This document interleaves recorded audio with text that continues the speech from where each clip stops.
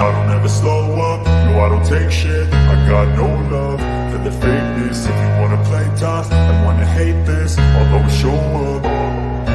I don't ever slow up, no I don't take shit. I got no love for the fakeness. If you wanna play tough and wanna hate this, I'll always show up and make a statement. I don't ever slow up, no I don't take shit. I got no love for the fakeness. If you wanna play tough and wanna hate this, I'll always show up and make a statement.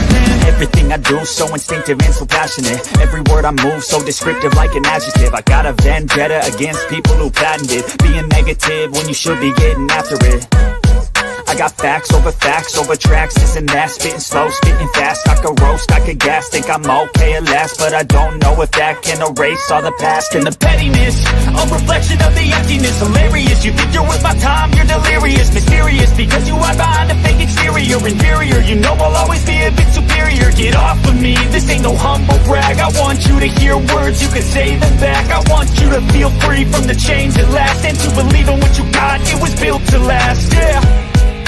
Now that I've been put through hell, I never got anyone's help. I had to do it all myself. I don't ever slow up, no I don't take shit. I got no love for the fakeness. If you wanna play tough and wanna hate this, I'll always show up and make a statement. I don't ever slow up, no I don't take shit. I got no love for the fakeness. If you wanna play tough and wanna hate this, I'll always show up and make a statement.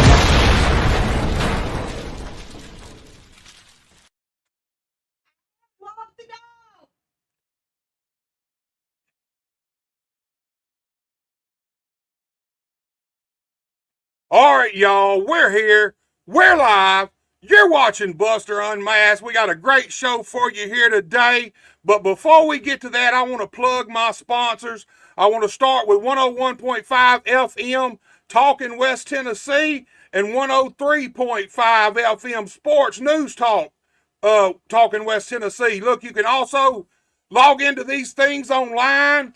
You can log into 101.5 FM by typing in talk, the letter N, westtennessee.com, westtn.com, 103.5 Sports Talk, News Talk, 1035point.com, or 1035.com. Y'all know what I'm saying. Also want to plug Glowing Hearts, in-home services, and community consumer direct services. I don't know why I have such a hard time saying that. Any of you guys in around Caruthersville, anybody out there that has a family member or somebody that needs some in-home care, be sure to go check out Glowing Hearts. Their whole priority is caring for you and your family. The Boot Hill Sports Network, I need to plug these guys once again for all your high school sports around the Boot Hill of Missouri, plus 11 a.m. every Saturday morning. You can catch the UWA and American Hostile Championship Wrestling. You can catch the wrestling show. Log in YouTube. That's Boot, H-E-E-L. It's not H-I-L-L, guys. It's Boot Hill. B-O-T-H-E-E-L. H-E-E-L. There you go. I'm having issues today, guys. Sports Network on YouTube. Be sure to check it out. Also, I want to shout out American Hostile Championship Wrestling and the Unified Wrestling Alliance. All these guys help us do what we're doing right here, right now. If it wasn't for these guys, we wouldn't even be on right now. You know what I got to do? I got the Dirty Dozens coming up on September 14th at 8 p.m. Let me plug that, and then we're going to get dark around here. You already know who it is. We be bustin'. It's Big Buster, baby. And I got some Dirty Dozens for y'all. We be bustin'. Wrestling roast battle. Y'all ain't ready for this. Y'all ain't ready. We be bustin'. Here we go. Who be bustin'? We be bustin' like Blassie, like William Perry, we hustlin'. Big in these streets like Big Buster. You a sucker like Lou Brother, who trusted?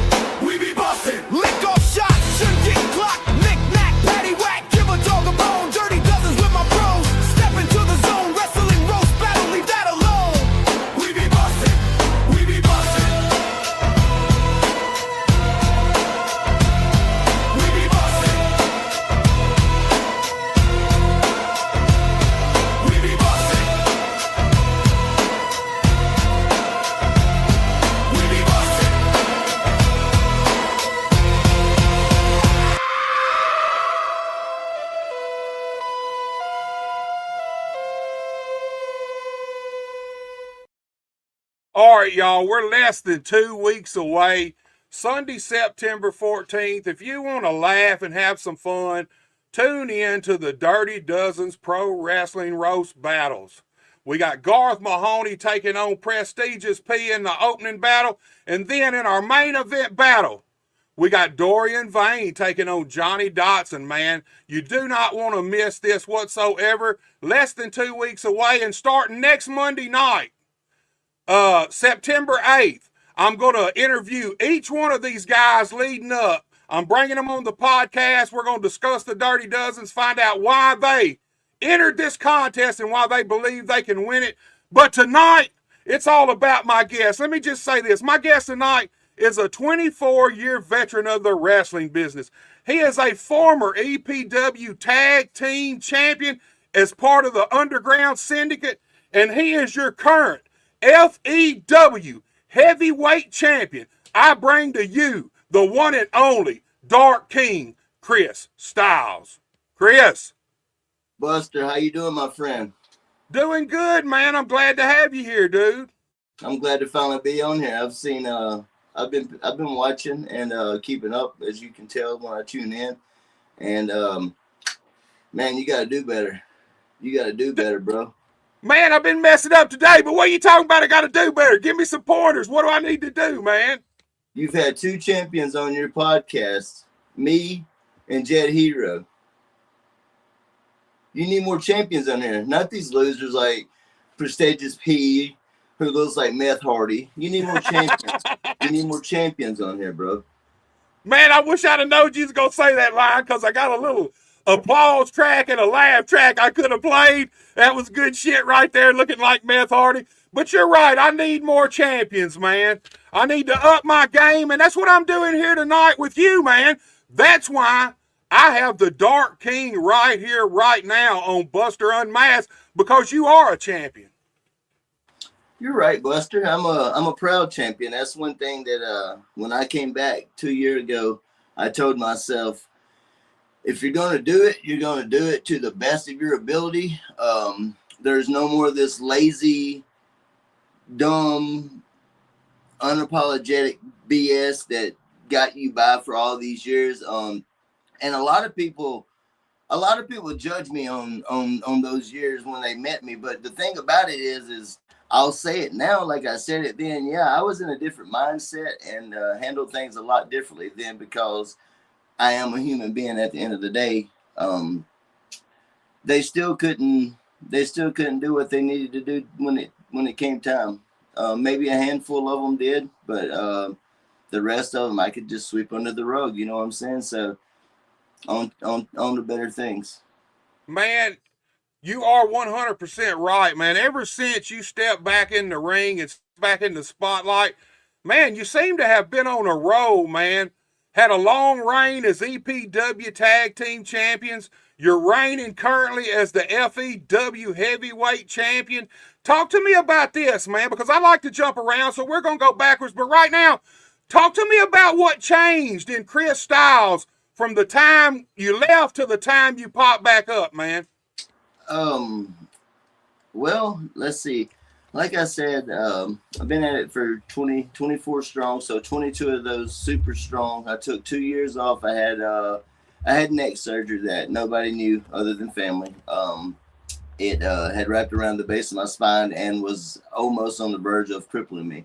Ooh. On top of that, I had some health issues physically and mentally that I needed to get under control. More mentally than anything, because I was always the one. I'm big on men's mental health. I don't care to pull back that curtain. I was always the one, and still am the one that I'll go out of my way to help anybody and everybody. Even people that I didn't really wrong in my past, because I've always tried to be a stand-up person. And if I couldn't have been, I went and was alone, by myself. But like I said, I told myself when the conversation came to be with who it came to be with, and they were like, "We want you back," and this is what the situation holds. And it was FEW, and I told him, I said, I want to come back. I want to come back at my best, and if I can't, then send me home. You know what I'm saying? I don't think I'm better than anybody. I will show up and do whatever the job calls for. As long as it makes sense for professional wrestling, Right. I'm down for it. I've taken stupid bumps. Hence why I had to have neck surgery. And I've done the crazy, ignorant shit that, oh, okay. And then by the next match, nobody remembered it even happened, you know? Right. And I told myself when I came back to FEW, everybody's like, oh man, what do y'all got going on? I was like, I'm not sure, but I'm coming in balls to the wall. Keep up or keep out the way and enjoy what's coming. Like I said, I don't think I'm better than nobody. I have been put through the ringer. I have been shown that there is better. And I like being shown that for the simple fact that it elevates your game. So when I came back, I saw the talent that was around, and I was scared to death. 20 plus years, and I was scared to death because I'm like, oh shit, you know, you just had neck surgery. You've been sitting at home eating ice cream for 2 years. You know, I'm not bashful, you know. So, okay, yeah, I'm cool with coming back. But you're going to come back, and you're going to come back at 110%, and it's 110% every time you go to that ring, or you're not going to the ring. Plain and simple. So FEW has their first few shows, and I worked a singles match against Hunter Dabbs. Super awesome match. I was like, okay, you know, I kept up with him, and I mean, I'll toot his horn. Kid's amazing in the ring. The next show, they were like, okay, well, it's going to be you and Hunter and Brandon Young in a 3-way. And I was like, guys, I'm still trying to get in, you know, back in the ring shape. I still got some ring rust, and y'all They threw you in the fire, huh? Oh, they threw me straight to the wolves. They was like, "Hey, you boys, y'all hungry? Here's Chris Styles to eat on," and we killed it. I mean, we went out and we killed it in that little, as people call it, the little podunk fire department. We killed it. So, you know, next couple shows, they're like, so let's we got this big show coming in October that's going to be the actual grand opening for the company, and we want to do a cage match to, you know, put the tag titles on somebody. And I was like, I don't have a tag partner. And they were like, well, this is what's up. Okay, cool. Hey, let's run with it. Brandon had worked one of our benefits for me. Super talented young man. He is off. I mean, the guy's so talented, it's crazy. Right. He's actually brought the best out of me and what I really wanted to be brought out of me.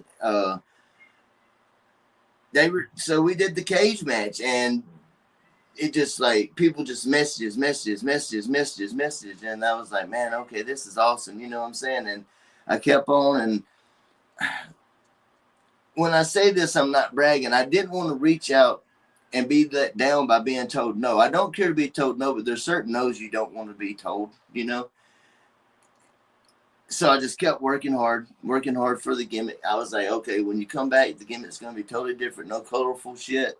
You're going to come back, the Dark King, put effort into your gimmick, put effort into your look, your talent, your promos, everything.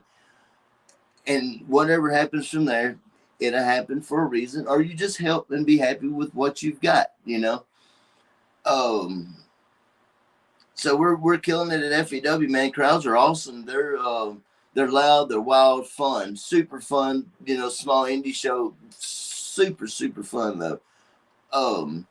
It brings you back to reality. Working for Bert at the Omen and being on shows with Bob Armstrong, people, Kane, Hawk, or Animal, you know, all those, the big name guys and stuff, and getting to actually work with them when you're on this show. I've never thought I was better than anybody, but I was always willing to work harder than the next person so I could have that spot. I'm not gonna talk smack to get you out of your spot. I'm not gonna politic to get you out of your spot, but I will go out there and work harder than you, or try to work harder than you every time to take that spot. And that's my mindset when I came back, Buster. I said, there's so many talented people, like you said. I mean, and Dorian Vane, Eli Knox, Wonder Boy, Parental Advisory, Alex Still, the Still Brothers, Still Cross, Jet, man. People gonna run their mouth and hate on Jet because he talks smack.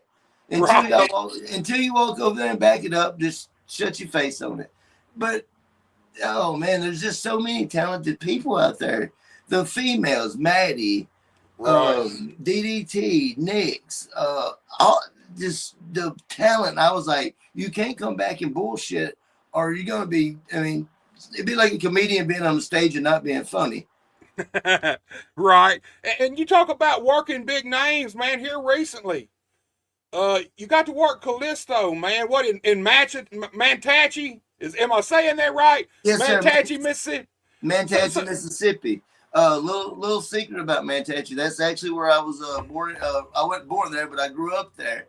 Went to school there, played football, sports, all that stuff there. So when that opportunity came to me, it was super awesome, man, because they were like, well, you know, that was leading to what I said a while ago to lead up to Callisto's match. I finally got a message and was like, hey, can you be here on this certain date at this certain, you know, arena? And I was like, yeah, I'll totally be there. When I got there, they were like, look, the door is open for you, but if you slam it shut, it's shut. Like, no more bullshit. If you slam the door shut, it's shut. And I've got that thing chained open. I promise you that much, Buster. Which leads up to the Callisto match. If you work hard and you bust your butt and you invest in yourself into a company and you just work hard, people notice that nowadays in wrestling. It's not always the buddy system nowadays. Right. And there's a murderer's row of young talent, man, between FEW and EPW.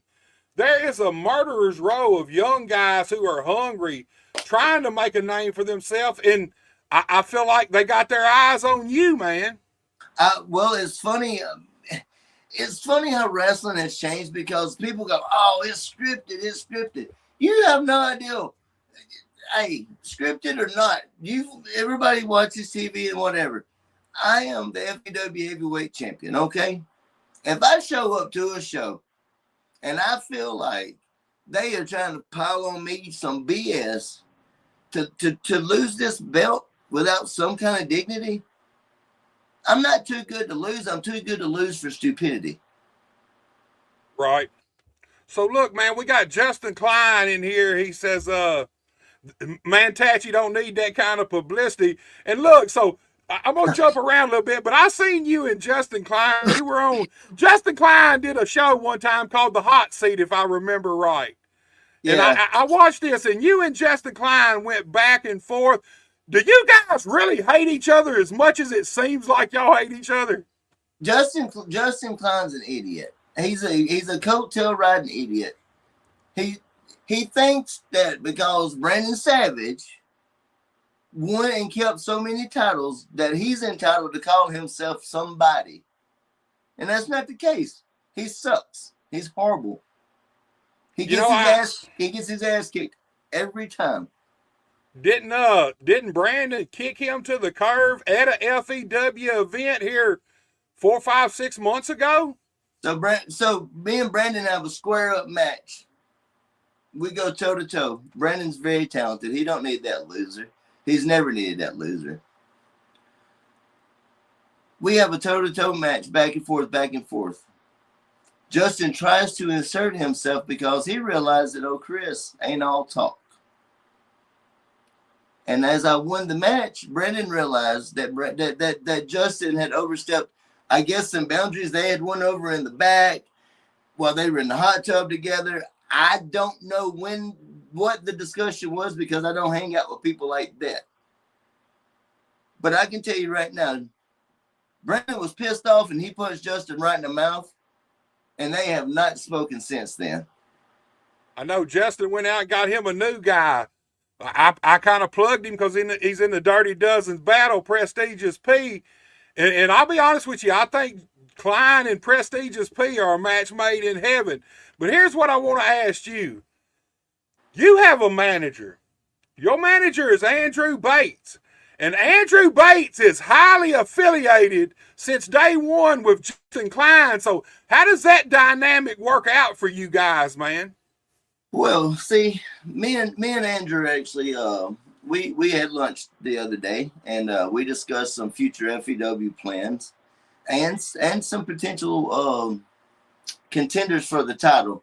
I can tell you right now that whatever that is that he calls his new client, Meth Hardy,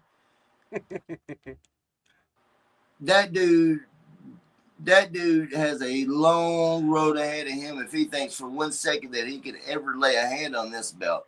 And the second one that he's got in his little group, the little cowboy, hey, he ain't never burnt no bridge with me, but I can promise you right now that'll be the biggest damn bridge he's ever tried to cross if he comes after my FEW title.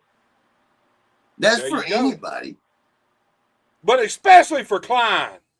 Oh, for Klein, for sure. For sure. If they are any part of Justin Klein, is over with. It's on site. So let me ask you something, Chris. You mentioned that you were raised in Manatee. You went to school there. So let's kind of take it back a little bit before we kind of really delve into the wrestling. Talk to me about growing up in Manatee. Talk to me about school. Talk to me about the different sports you may have played, man. Oh, man, small town. Manatee, small town. Everybody kind of knew everybody. It's no secret. Tony's my older brother. Josh is my little brother. So, we were always kind of right there. We got along with everyone. We would take 20 or 30 kids from the school to wrestling shows. You know what I'm saying? Super awesome though. We all grew up very humble. We were very blessed when we grew up. My mom and dad owned quite a few wrestling shows. But anybody that's owned a wrestling show in the 90s and stuff knows that whatever was made went back into it. So I mean they worked really tough too. So I mean that's why I say we were humble, because we had wrestling, but we were still humble, and we shared that humbleness with a lot of people. Manatee was awesome to us. We used to benefits. Hey, we need a benefit. Oh, y'all can use the gym. The person could be from Canada and they'd be like, y'all can use the gym, Right. Like I said, growing up Manatee, because you got Manatee, you got Fulton, you got Morville, and then you're right there is Tupelo. So it's like boom, boom, boom, boom, and all of those spots are super, super hot wrestling spots and football spots. So we played football too, and hey, we're older now, but we've all been high school kids. There's a wrestler plays for Manatee football. We're gonna get him, Right. So it was always, you better put on them, you better get on the weights, and better not be no PY. And my coaches, they didn't care to tell me that. I love my coaches, because they were like, you can't be no you can't be no bitch about it. You got to get on them weights. So they knew that was motivation for me to, lift more weights, do better for myself in school and stuff like that. And I traveled a lot when I was in school, man. I would Mondays and Tuesday. Mondays we were always off, so we could watch Raw, of course. Sounds like me. Yeah, for sure. We was like, hey, we're young, so we're not worried about working Mondays. Tuesdays and Wednesdays we'd go to San Antonio, Mississippi. Wednesdays would be God knows where. We'd be able to be an hour away from home, 12 hours away from home. I remember literally walking in at 14, 15-year-old, and my mom standing there with my school clothes going, get your butt in the shower now. And like I would nap in the shower for 10 minutes, go get dressed, go get on the school bus, and you better not fall asleep during school, because, my family, a lot of them worked at school as teachers and stuff like that. And, I mean, Mantate's a redneck school. They'll drag you out, whoop your ass, send you back into the classroom, That's what's wrong with schools now. They don't paddle that ass like they used to, man. You would think Justin Klein, being 73-year-old, he would act better than he does, but Man, he went to school at Little House on the Prairie School, man. He don't know nothing about that, man. I mean, he lives in his grandmother's basement. I know that for a fact because me and her, that's a different story. I'll tell you about that later, Buster. That's an all fair story. I can tell that now, man. Granny got the best chocolate chip cookies. Ooh, man. I used to have a buddy of mine, one of my best friends, man. His mama used to try to lure me in the house with cookies, man. A fat boy loves cookies anyway, man. That ain't hard to lure me in the house with some fresh chocolate chip cookies, man. Be out there playing football with your friends and smell like apple pie, and then you look up. Yes, sir. Yes, sir. Well, look, man, I didn't realize that you grew up in the wrestling business, man. That's why I love doing this show, because I find out new stuff about my guests all the time. I did not realize that you kind of grew up in the business. Let's touch on that for a little bit. Talk to me about kind of being a kid, man, and your parents running wrestling shows, man. All the different people you meet, all the different things you see go on. Here's the thing. In wrestling, you have to grow up fast. You do. So talk to me about that, because I did not realize that you were a lifer in the business, man. Well, I've only did one other podcast, and it was Gene Jackson's Cheap Heat Radio, and we kind of had trouble that night with Wi-Fi and stuff, and so some of this stuff is actually first time ever being told, other than people that actually know the truth and the stories behind it and everything. So growing up, when my dad and them were in their teens and everything, they used to travel with the circus doing mud wrestling and everything. There was 10 brothers and sisters, and I think 6 out of them did the mud wrestling, or 5 out of them did mud wrestling. The other ones would do like ticket holding and stuff like that for the circus, which transitioned them from the circus mud wrestling into pro wrestling in Tupelo, Mississippi at the Ice House. Oh man, I feel horrible for not knowing the guy's name, and I just had it on the tip of my tongue. But the world famous Ice House where the concession stand brawl happened, right? That stuff. My dad was actually at that show, and it inspired him. He's like, "Oh, these guys beating the hell out of each other. I want to get in wrestling." And he had a really good friend, the late great Sammy Hall, who actually wrestled at the time and was trained by Don and Al Green, and had been wrestling long enough that he felt comfortable enough training my dad. So Sammy trains my dad. They start traveling together. My dad and mom meet at a show in Tupelo, and Tony's already in the scene. He's already there chilling with mom at shows. He's running around wild at shows already. My dad and mom meet each other at a show, get together. In 1986, here I come along. The funny story about that is I was in the hospital. My mom and I was in the hospital, from what I remember her telling me. My dad's there. She goes into labor. He goes and wrestles, comes back in time for me to be born. And that's old school right there. That's how it used to be done, man. The old school right there, man. Yeah, it's pretty cool. It's people are like, you were born into wrestling. I'm like, yeah, literally, I was born into wrestling. Like, I was born on a Friday night in wrestling. Friday or Saturday night. I know it's sad. I don't know what day I was born. I know my birthday. I don't know what day it was, but so growing up in wrestling, man, I was, it was really awesome because back then, like I said, I was born in 86, so I got to come through the later 80s into the early 90s, and dude, I remember Tojo Yamamoto toting me and Tony around the dressing rooms in Memphis. Oh wow. I remember, a lot of people think I'm full of shit when it comes to this business. That it's whatever. I don't care. They've never affected my bookings by any means. Tojo was like a god grandfather to us. He used to bring us stuff all the time. He'd come and eat at our house. We'd go to his house, have suppers with all of them and stuff. Bill, Jerry, all those guys. I don't want to get blackballed by bringing up some of the ex-wives' names and stuff like that, so we'll just stick with the guys. But the wives were there too. But Bill, Jerry, Brian, God rest his, all of them, man. A lot of guys just there. Like, I remember we would go not only to the mom and dad shows, but like we'd go to mom and dad shows, and it was, hey, you're either going to be good or you're going to get your ass whooped and be good. Right. Yeah, you didn't act up at wrestling. It's hard not to do. How the hell do you not act up at wrestling, man? Well, they would let us in the ring for 5 hours, so we were always probably about half asleep by the time the show started. Right. But man, I remember getting toted around in wrestling bags by some of the greats, man. Danny Davis, dude. My dad and them used to book him, and he's like, I'm not staying in a motel. I'm staying with y'all. We're family, you know. That's cool, man. Just a whole bunch of just. When I get to doing these things, my mind goes blank because I want to say so much, but I want to make sure I don't say too much, you know. But well, it seems like you've kind of experienced the whole gamut of wrestling, not just as a performer, but like you said, your family running shows, you're meeting all these people that they book, these people staying at your house. That has to be really cool, man. You had to be. Of course, I don't know. Did they keep you down with kayfabe like they used to? So was you not allowed to go to school and tell people anything? So,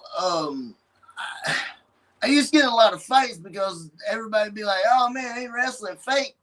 Not hey, wrestling's fake, but they would ask, "Is wrestling fake?" And me and my cousins was on top of it, man. Is this feel fake? Like we 7, 8, 9-year-old, and I suplex your ass on the ground, you know, and I know it hurts. But they got to know it hurts, you know. And as I got older, I was like, maybe I should have just set them down and told them, hey, it's dangerous choreograph, I guess you would say, because I mean, so you don't want to screw up. I remember you wrestling. You don't want to screw up in the ring, so I mean. So how many times has your mom or dad had to go to the office at school because you done suplex somebody or done DDT somebody, or you been practicing your wrestling moves on the boys on the playground, man? So it's funniest story about when I first moved to Manatee, I was actually in the 2nd grade. My family had grown up there, but I moved from Tupelo to Manatee. And I was in the 2nd grade, and there was this abnormally big guy in my class, and everybody's like, we don't mess with him. And I was like, well, yeah, you know, I'm not stupid. I know you don't mess with bigger people. You know, you don't mess with people anyways, but you don't mess with the bigger people. Right. Somebody, from what my mind remembers from all the years, somebody told this guy that I was talking, like it was my 2nd day there. So like people were telling him, oh, the new kid, yada, yada, yada. And then everybody's like, oh, his daddy, he wrestles, you know? And I was like, well, I'm not going to wrestle you. I'm going to pick up something and hit you with it because I'm smaller than you, you know? Well, this guy grabs me and he's like Big Show dunks me on a school desk one day when we're coming back in from recess because of what everybody had told him. And I mean, he snatched me up, just boom. And I was like, my first reaction was I felt a book under my head and I grabbed the book and I just started smacking him in the face with it like a chair. And I remember the teacher to this day. I actually just saw her not long ago, and she said, "You ain't been hitting nobody with books, have you?" I said, "No." I said, "Never again, I promise." But they took us to the office, and when we walked in, the principal at the time, he knew my family, and he was like, "Oh shit, I got to raise another one of y'all in this school." And I just, you know, I remember getting my paddling and going back to class. But yeah, my mom showed up more than my dad did because she was a little bit closer when it came to work. So right.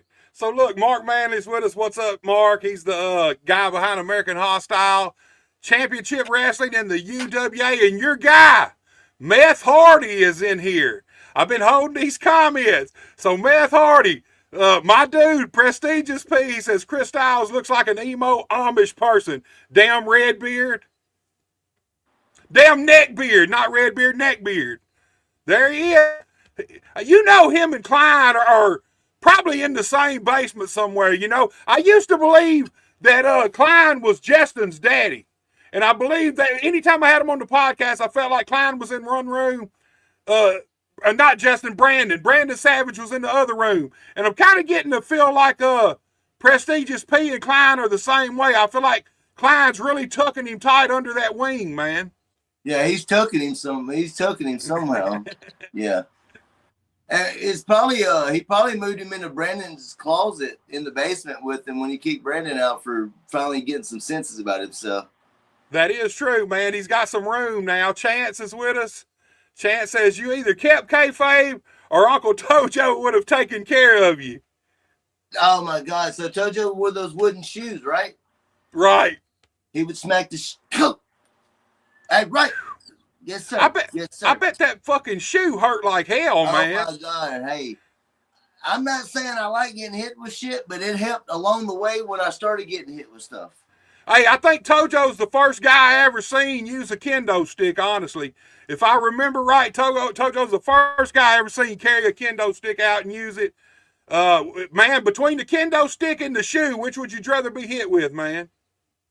Oh man, I'd rather be hit with that shoe. That kendo stick hits you, wraps around, and hits you again. Right. Yeah. Mark said it's predetermined, definitely not fake. Exactly, Mark. Mark's from Missouri, right? Right. Yeah. I met Mark. Missouri bad boy, Mark Southern. Yeah, I met Mark quite a few times over the years. Man, you need to get your Missouri license. Mark's always looking for talent, man. Oh, I know Missouri's a bitch. It's one of the strictest states there are for wrestling license, but at the same time, man, nowadays I'm seeing so much need for an athletic commission in different places, man, for some of the shit you see go on. That's why we keep our toes in the sand and headed out of our asses in Mississippi, because we have a commission, but they're very respectful about how they handle everything. As long as you don't do dumb shit, they don't show up, and that's very respectful of them. And you know pay what you owe the people. Right. So, man, you talked about Mantachi growing up there, being at school there, getting in trouble there. Dude, Mantachi turned out for you guys, man. They turned out in a big way for EPW, man. Let's talk about how did it make you feel to return to wrestling, come back wrestling your hometown, and see that kind of turnout for you guys? Well, I'm a grown man. I don't care to admit it straight up. I've kept up with EPW ever since the incarnation of everything that's been built up there and continues to grow. The first couple of shows packed. I literally sat at home one night and watched with tears in my eyes of joy, because I was like, not only is hometown showing out for wrestling, but EPW's home to me. When I got going, it was TFW and EPW. I mean, I traveled other places, but I was dedicated there because I held championships there. And I can honestly say that 99% of the championships that I've held, other people have booked me to hold those titles. If I've booked myself to hold a title, it was probably for some crap company who only had a couple of talented people, and we were running some kind of group. Right. I mean, I'm just being honest. Well, I mean, your hometown fans got to see you step in the ring with WWE star Kalisto. Had to be a big deal for the fans there too, man. Man, the fans showed out, man. Tachi, they were wild, bro. So like we were shooting TV, and it's straight and narrow for TV, and man, I come out, I about couldn't get in the ring because they were just like, it was like old ECW crowd, just like you see with GCW nowadays with certain guys. They just swarm me, boo. Some wanted fouls, they was talking smack, but it's so awesome. And then he comes out, and the pile just got bigger, and he's not much bigger than they were as far as height and stuff. I mean, I'm not much taller either, but I looked out and I looked at the ref and I go, "Where's he at?" Because we couldn't see him, And it was just amazing, man. The crowd was so wild. Even the adults, the older kids, like you said, they showed out. Like they do a big, it's called Meet the Mustangs, and they do a big thing at the field where they get to meet all the football players that's not going to win any games because they're horrible. But they do a big thing there so that they can make them feel better about their football team. And then they come over and watch us do what we love to do. And they show out, you know what I'm saying?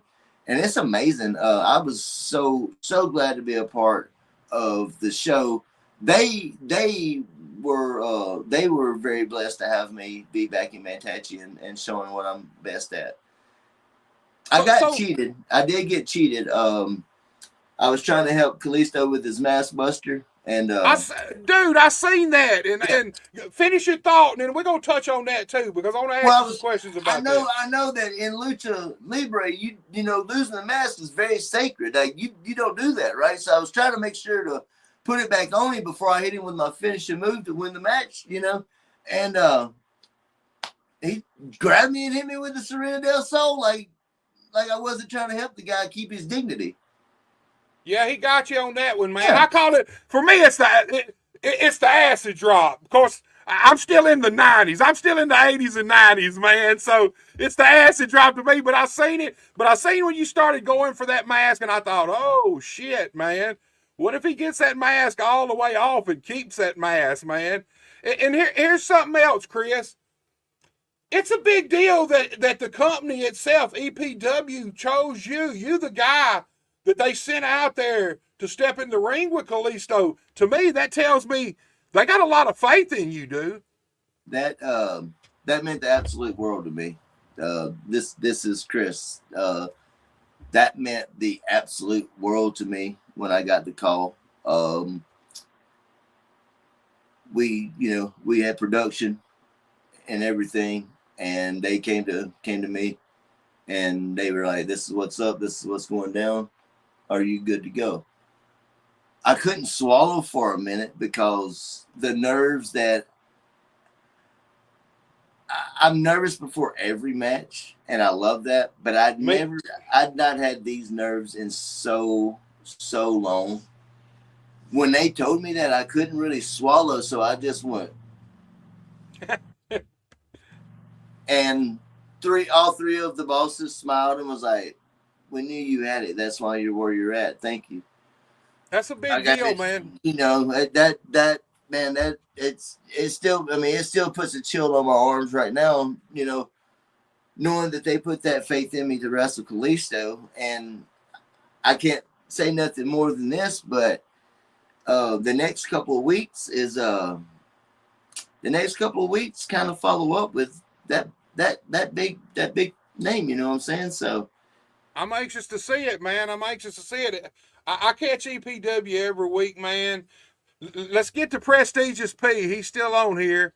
He says Chris Styles has shit stains because he forgets to wipe his ass. Man, this kid's coming at you hard, man. He come right back and he said Chris Styles is only the best in the category of not cleaning his microwave. And let me get this one out. He says, that's why his bum ass lost.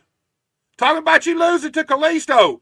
Man, look, there's a lot less people you would want to lose to than Kalisto. If you had to lose to somebody, at least it was a WWE guy, man. So I don't know. From one second to the next with this guy, I don't know if I'm at a BDSM party, if I'm at a Home Depot looking for a microwave, or if I'm over at the toilet paper aisle looking for some dude wipes.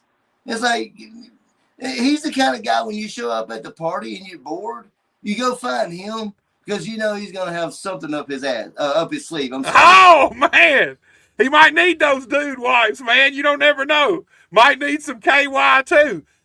Garth Mahoney's on here, man, talking about Prestigious P. These two guys are gonna face off in the Dirty Dozens. I'm looking forward to that matchup and see how it all plays out. But look, man, is that gonna be the smack talks that y'all do? Yeah. Hey, September 14. Tune in, man. So look, hey, I'm gonna go ahead and do it right now, and I ain't even worried. Look, I ain't scared like the rest of the internet. Okay. Dorian Vane finna roll Johnny Dotson up and smoke him like a little man he is. Woo, man. Hey, there's a lot. I've heard here's the thing. There's a lot of people telling me Johnny Dotson's gonna shred Dorian, but I've also had other people tell me that we're froze up like a motherfucker. All right, we're back. We froze for a It's called Prestigious P in set of people. I've had a lot of people tell me that Johnny Dotson was the overall winner of this thing. He was going to shred everybody. I don't think y'all can you hear me, Chris? Yes, I can hear you. Okay. All right. But I've also had a lot of people tell me that they think Dorian's going to take that battle between him and Johnny. I'm really looking forward to that, man. That's the anchor matchup of the show. Both Garth and Prestigious P, these guys are young in the wrestling business. Both of them, honestly, both of them can talk shit, so it should be a great show, man. But tune in, dude. It's gonna be fun, and two of these guys are gonna win money right there live before it's over, man. Good. I hope Prestigious P wins. Then he can pay me to come and have a match with me. There you go. There you go, P. That's the only way that he'll ever have a match with me is he pays me to get in the ring. So look, let's talk about EPW for a second, and then we're gonna get on to FEW. But man, EPW is growing by leaps and bounds. And here's the thing: we were talking before we went live, and I told you I've got some older EPW before Neil took the thing over that's got you on it. I've got some old APW from Kenny Valiant that you're on, and some old XOW that you're on. But man, talk about the difference from the last time you stepped in an EPW ring to the time you made your comeback, man, and what it's become now. Oh my God. So I mean, I'm gonna take one from Neil. It's not just a little effing show on the side of the road and move on no more. We like you said, leaps and bounds, man, and the team is kicking it every show. We have a very unique team, from the music guys to the timekeepers to the referees to the camera people, production, the gorilla, man. And the thing about it is, the thing about EPW, and I'll pull the curtain back just a hair, it's not a me. It's a us. Everybody from one end to the other, each locker room, each side, it's us. What can we do to get another sponsorship from Munster, to get another TV contract for Georgia? You know what I'm saying? What can we do? It's not me. There's a lot of young talent up there. And I'm going to say this right here, right now, because it goes a long way. You got people like Eli Knox, Wonder Boy, like I said, Parental Advisory, CJ Thomas, Big John Dalton, the girls, KJ Rocket, Maddie the American Baddie, dude. She's everywhere. That's right. My homie. She's everywhere. And every freaking show, I don't care. She could be on NXT tonight. And I guarantee you Saturday when we get to the building, she will either walk up to Trace or she will walk up to me and say, hey, what can I do here? Or, hey, will you help me learn how to do this? And here's the thing. You can see that. That literally comes through the screen when you watch an EPW show. The one thing, I've had Maddie on a year or so ago. I've had Trace on. Loyalty. I feel like there's a ton of loyalty in EPW. I feel like Neil is loyal to the talent, and I feel like the talent is just as loyal to Neil. Man, Neil's done wonders with this thing. Every time I turn around, I see a new post, either a new sponsor or opening up a new TV market somewhere. Like you said, just opened up Georgia, man. EPW is syndicating out everywhere, man. It's really growing leaps and bounds. Me and you had the conversation, and you said, I wish we could draw those Mantachi crowds everywhere. And I 100% feel like y'all are right there on the cusp of that. It ain't going to be long. Everywhere EPW. Y'all, here's the thing. I feel like y'all are going to have to start moving out of some of the buildings you're in and finding bigger buildings to run. Well, I mean, that's like the arena, the EPW arena. Beautiful, beautiful arena. Oh my God, it's came so far. Everybody has brought it so far along, but then walls are only going to keep so many people in there, and let me tell you, they were nuts to butts Saturday night for TV, buddy. Yeah, it was just, I mean, you couldn't even see the walkway that they used to get, you know, to and from the concession because it was just people everywhere, Buster. I mean, That's the kind of problem you want in the wrestling yes, business. sir. That's a perfect problem to have right there, man. Well, they went to Philadelphia just not too long ago. They did a show down in Philadelphia. And, you know, you run somewhere newish, and, you know, expectations are kind of like, okay, hey, you know, obviously go out there and kill it if there's 5 or 10 people. But the crowd, I think they expected a good crowd. Obviously, you always expect a good crowd. I don't know they expected that kind of crowd for the first run in down there, but it was amazing. Like it was super awesome for the Philadelphia show. Yeah, EPW, it's reach, man. The eyes on EPW, they're on it now. They're on it from a lot of different places, and that's why they're showing up to the show. It's one of my favorite products around the Mid-South area. Bar none. I like the old school style. It's not overdone. It's not too flashy. Nothing's overhyped. The guys go in there and they work their ass off. And you named a bunch of these guys off. Like I said earlier, a murderer's row of young, up and coming stars. Not just talent. These dudes are stars. Parental advisory. Man, I'm gonna be honest with you. For me, I told them this. I feel like they're right on the verge of being the modern PG-13, the new era of PG-13. They're not the same, but I get that same feel. They give me that same feel. There's something special with those guys. Yeah. There's something special going on, period, with EPW, man. It's gotta feel good to you guys, especially guys who know the old EPW and see what used to be and what is now, man, because it's night and day. I'll tell you the biggest thing I see right now that I enjoy the most of any and every company, and even some of the independent companies that just post themselves, not TV, stuff like that, just some of characters. Right. People aren't afraid to be a character.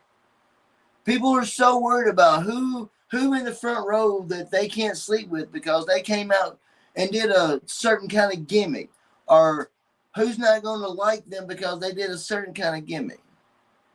People ask me, "You're the Dark King, Chris Styles. What's your gimmick?" I am everything that I used to not, or I am everything I used to be, but darker. I'm not colorful. I got my green and purple. I'm not out there screaming and hollering and talking loop de loop with the fans. I give what I get, and it's short and to the point. You know, and characters, man. I tell people all the time. Wonder Boy, I keep going back to Wonder Boy. Wonder Boy is one of my favorite talents in the area right now. But the gimmick, it's amazing. And look, I'm going to shoot it straight on Wonder Boy. The first time I seen him come out, I was iffy on it. I thought, what the fuck is this? But man, as I watched him week after week and his character kind of evolve, dude, I mean, Wonder Boy's over like a motherfucker, man. I'm gonna be honest with you. I love that dude now. That's like Dorian and Eli. It's like the modern day Rick Rude vibe. Dorian, man, you get that modern day Rocky Maivia, not Dwayne Johnson, not The Rock, but the way, you know, the Rocky Maivia vibe, that cocky.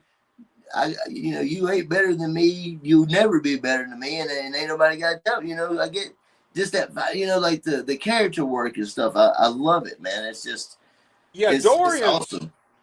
Dorian's off the charts, man. Character wise, I mean, he is off the charts. He's quick witted. He's got good promos, man. He looks good. He's a big guy too. I mean, Dorian. I want to say Dorian's probably 6'3". I think he told me he was. I think he said he was 6'4", 6'5". Okay, because he's a big guy. He's got a presence and characters, like you said. I think for a long time, young wrestlers thought that what they did in the ring it connected them with the fans. When really it's who you are. It's your persona. Here's the thing. when I see a character, now some characters like Wonder Boy I see and I'm iffy on, but they grow on me. Other times you see a person and certain fans can immediately identify with that person, that persona, and that's the thing. That's that emotional connection you need with the fans for these people to show up like they're doing for EPW. And see, that's like you said, you got to be able to connect with these people, and people, people are like, well, they're booing you, and they're telling you go to hell, you suck, and this, that, and the other, and they're screaming it to the top of their lungs, and I was like, right there, what did you just say? They're saying it at the top of their lungs. Here's the thing. If they don't like you, they're not going to waste their time on you even booing Exactly. you. It's as simple as that. They're not going to waste time on you at all, even booing you. So if you're getting good heat as a heel, then deep down, them people like you for some reason. They like what they're seeing, man. You're over with them. And here's something I want to talk to you about. We're fixing to head to FEW. You are the current FEW heavyweight champion. EPW heavyweight champion Marco Harris, man. Do you have your eyes set on becoming the EPW heavyweight champion also? So I wanted a match when I came back. I actually made a list of it's probably a half a notebook by now of guys I wanted to lock up with, and lo and behold, Marco got lucky and won the EPW heavyweight title back again, and yeah, he's in the way, and he happens to be holding exactly what I've got my eyes on. And Marco, is he a two-time or is now he a three-time EPW champion? But Buster, I don't know. He could be a 10-time champion. All I know is the one time when he steps in the ring with me is going to be not the champion. And here's the thing: EPW is the company that put Marco Harris on the map. Oh, for sure, for sure. They gave him the spotlight to show what he could do in there, and hey, he's ran with it, man. Marco's one of the lead horses around our area to be the next one to maybe get a deal somewhere, Yeah, and that's exactly right. And hell, they may sign him tomorrow. I don't know, but I'll say it right now. Everybody that got ID contracts deserved them. Every one of them. Everybody did, or they wouldn't have gotten them. Do I know if the program is over as far as giving contracts? No, I don't work there. But I do know that Tim Bosby, Marco Harris, and a handful of more should have been handed ID contracts along with everybody else that got them. Not that the ones that got them didn't deserve them, because they deserved them. Every one of them. I watched damn near every one of them at their indie shows that they work around. But those guys should have, and a handful more should have been handed ID contracts. Bosby was my pick, man. He was the guy I thought if anybody from Memphis Wrestling was going to get that ID deal, it was going to be Bosby. I didn't even give Aaron a thought because he's always been here. He grew up around here. We've been watching Aaron wrestle since he was 13 years old, and I just didn't figure that's what they were looking for. But I was still going off of the Vince McMahon era. If Vince McMahon had control, may have been Tim Bosby the guy they'd pick. But it was Aaron Roberts, and after that happened, man, they were 100% right to pick Aaron. There's no doubt in my mind. I started putting names on paper of the guys I thought were the top guys around here, and I put Aaron on there and started putting their credentials. And once I put it on paper where I could see it, there was no doubt who was the guy. Aaron was the guy. He's the guy who should have got it. For sure. Aaron, I've known Red and Cordell and all those guys forever. Known Red forever and stuff like that. Used to come out and work with Red a lot, and Dyersburg and stuff at the I think it was some dance hall up there. I can't remember the name of it. I can't remember the name either. It wasn't something Diamonds, was it? Denim and Diamonds? Something like that. It was for Jimmy Moore and them. I think it was Denim and Diamonds, but I may be wrong about you. Forever Dyersburg had two companies going. They had the Peppermint. I've wrestled at the Gentleman Diamonds before as well. They had Peppermint Pond, and then the other show at the club, and they did that for years, man. Yeah, yeah. Dyers, like I was saying, like Rocker and Red and Cordell and all those super talented, working ass guys, always out straight up. And I'm not saying that because we're on here. I think highly of all those guys. They've always been straight up with me. So it was one of those, hey, when they first started talking about the ID thing, like I could actually send you a message that I said, character work, promo work, Aaron's taking it from Memphis. Talent out of this world. Promo work and character was what I sold him going on, and then advancing on it with his talent. And then obviously Marco and Bosby with their talent and promo skills, but it was one of those, Aaron's got, I'm not saying that Bosby and them don't have promo skills. Aaron's, you feel Aaron's promos. He's seasoned and he's polished. Yes. You know, and the guys, Bosby and Marco, they cut really good promos when it comes time for that. You could call Aaron and say, hey, man, I need a two-minute promo, right now. And I'm not saying they couldn't, but I'm just saying, like, hell, Aaron would have you a whole video done, Well, you got to be in touch with who you are. And here's the thing. I don't think Aaron really found himself until about 2 years ago. In wrestling, you're always evolving. You start at one thing, and in your mind, you got an idea who you want to be or who you think you are. But as the years go by and you evolve, you realize that some of this shit ain't never going to work, and you become who you are. And I feel like that over the past 2.5 years, Aaron finally came into who he is. He came into his persona. He figured out who Big Aaron Roberts is and what he's about, man. And, man, his character, I look, you gotta say, I don't think there's no question Aaron's probably character work is the top guy around our area. Oh, for Bar sure. none. He's believable. Sure.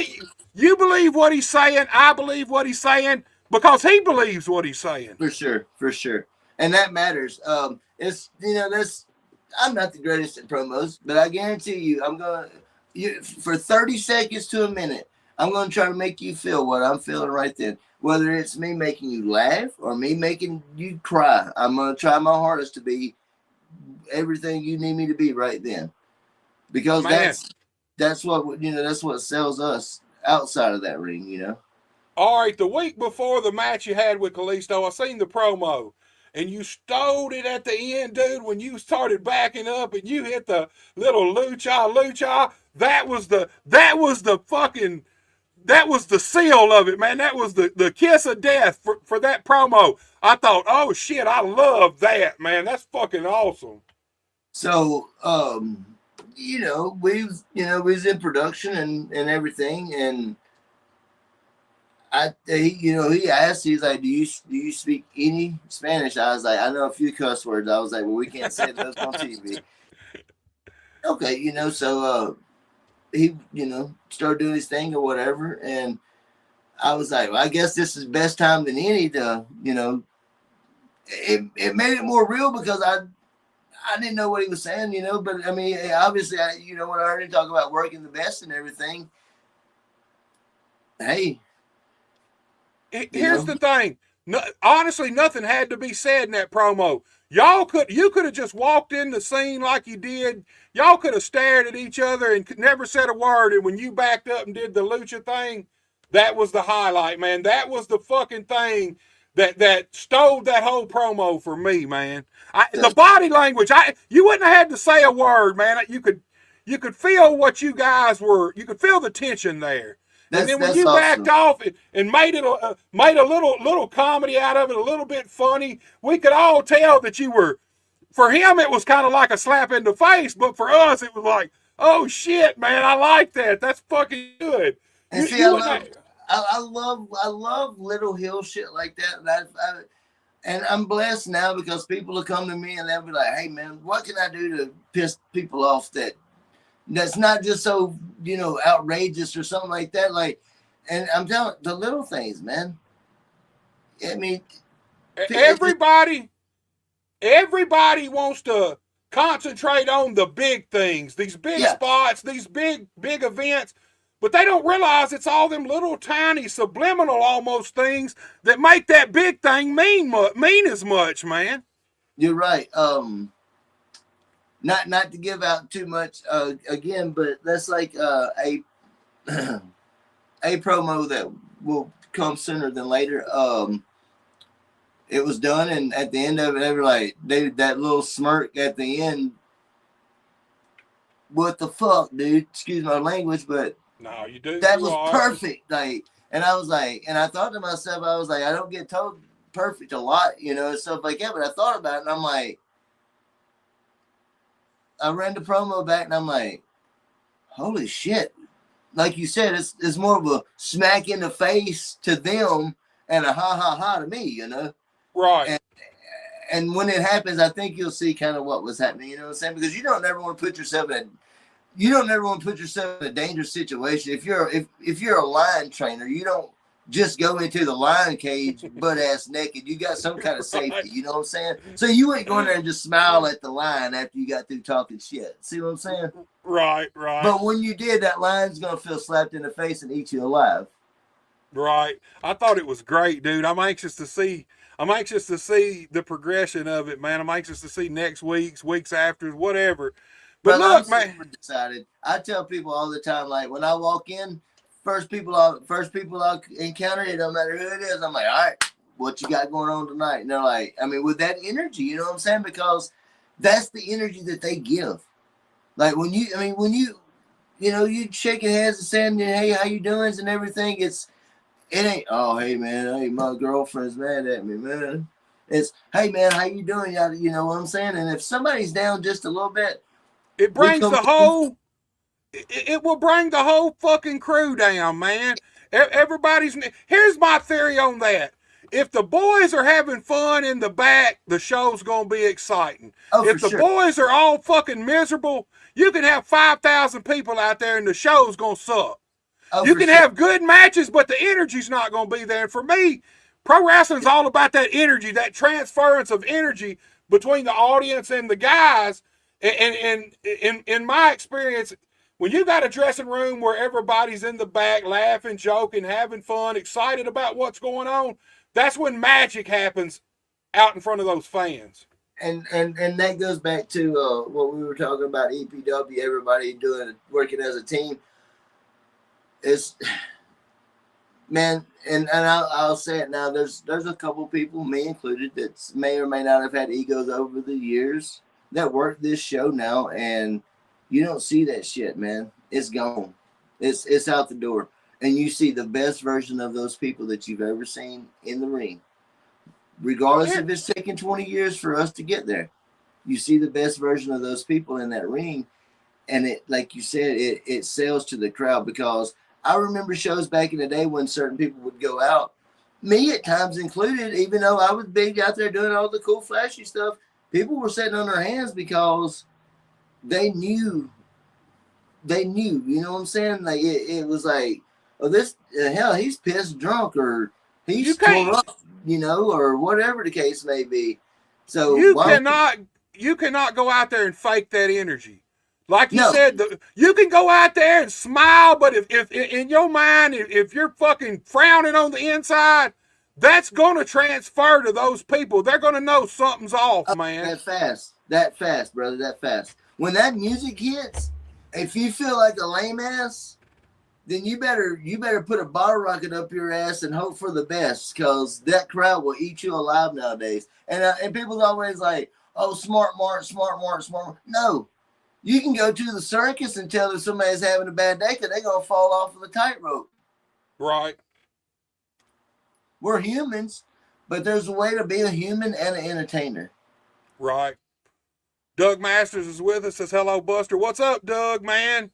I hated to hear about your brother-in-law, dude, man. Prayers go out to you and your family, dude. Me and you still got to get together and have this Phantom podcast that we've been trying to do for probably 6 months now, man. Let me ask you this. Here's the one thing that I feel about EPW. I don't feel like guys are out there. You're talking about the egos, and a lot of times, especially back in the day, you're in positions where everybody's fighting for a spot, not only out in front of the audience, but they're fighting for that spot behind the scenes too. And I don't feel like that really goes on at EPW. I feel like Neil and the guys have done a great job in featuring everybody, to be honest with you. I don't feel like there's one guy that I watch on EPW that's left out, or he's just the put over guy. I feel like everybody's got a defined role there, man, and that makes a big difference. You're still out there competing with each other to put on the show. Yeah, I'm better than you, but it ain't that hard-nosed political, fuck this guy, I'm better than him, why does he got this spot, it should be mine. I don't feel like there's any of that at EPW at all, man. And that's why I love showing up to work. I love showing up to work. Even at LPW, with it being a small independent show, I say small, a smaller independent production wise show, it's still exactly like that. Everybody is out to help one another advance. From the first match to the last match, it ain't. Oh man, why is he getting to work such and such, or why is he winning this belt, or why they this work hard? It gets noticed and it gets acknowledged and it gets put forward. You know what I'm saying? Right. Me and Brandon, and I'm not tooting our own horn, but me and Brandon went out there and we've been killing it, bro. We've been going toe to toe with the Outbreak from JCW. We've been going toe to toe with Pro Advisory, EOG, all the top tag teams we've been going out with, and we'd never tagged before. So we got this thing going, and when Brandon left, they could have very easily said, Chris, man, we needed a tag team. Thank you for everything you did. We'll, see you down the road. Right.